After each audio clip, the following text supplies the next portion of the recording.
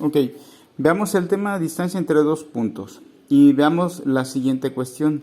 Fíjense, he puesto ese segmento de recta.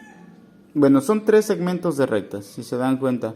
Y hay una cuestión. Cada uno de estos tres segmentos son paralelos al eje X. Ok. Por ejemplo, yo me puedo hacer una pregunta. ¿Qué es lo que se repite? ¿Sí? En ese caso, en cada uno de los elementos que están ahí, hablo de los números, para que lleguemos a deducir que precisamente las rectas son paralelas al eje X. Bueno, si se dan cuenta, ok, bueno, antes de entrar en tema, el primer número, si yo le pongo 5, 5,3, este primer número siempre se va a llamar abscisa y el segundo número se va a llamar ordenada. ¿Ok? Entonces, fíjense en lo siguiente, tengo 2 y tengo 2 en este segmento. En este otro segmento tengo -3 y -3. Lo que se está repitiendo es la ordenada. Cuando se repitan las ordenadas, los segmentos van a ser paralelos siempre al eje X. ¿Ok? Bueno, nada más para recapitular. Dos rectas son paralelas, si por más que se prolonguen, pues esas rectas nunca se cortan. Si yo trazo una recta aquí, puedo trazar una paralela, ¿sí? Y si las sigo prolongando, estas rectas pues nunca se van a tocar. Y lo que pasa, por ejemplo, con estas rectas es que si yo las sigo prolongando por los dos extremos, pues nunca va a tocar al eje X. Y pasa lo mismo con esto. Ok, esto está puesto de una forma general y ahorita lo voy a explicar.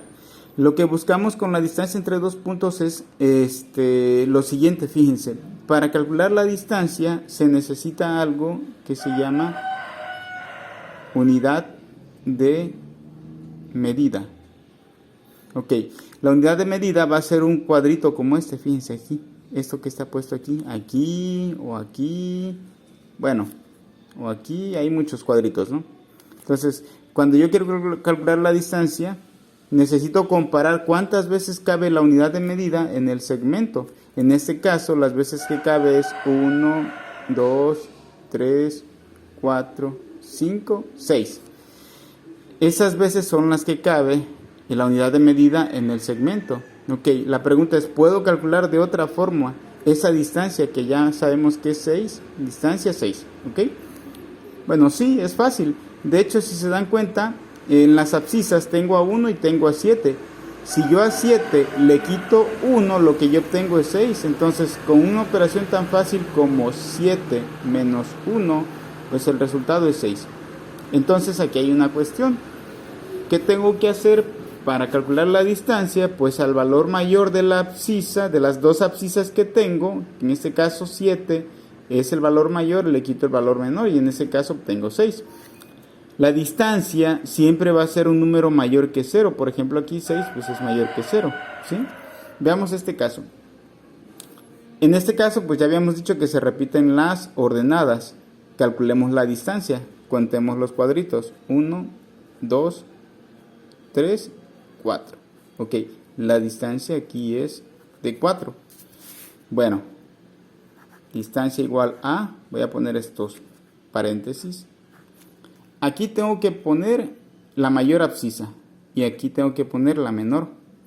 Tengo el número, la abscisa menos 2 y tengo la abscisa menos 6. Bueno, ¿quién de los dos es mayor? Pues obviamente va a ser menos 2 y aquí va a ser menos 6. Cuando yo tengo dos números negativos, siempre va a ser mayor el número que esté más cerca del 0. O sea que si yo tengo, por ejemplo, menos 9 y tengo, por ejemplo, menos 1, menos 9 está más lejos del 0 y menos 1 está más cerca. Entonces, en ese caso diremos que menos 1 es mayor que menos 9. ¿Ok? Y por eso es que aplicamos el hecho aquí de que menos 2 pues es mayor que menos 6. Entonces va primero.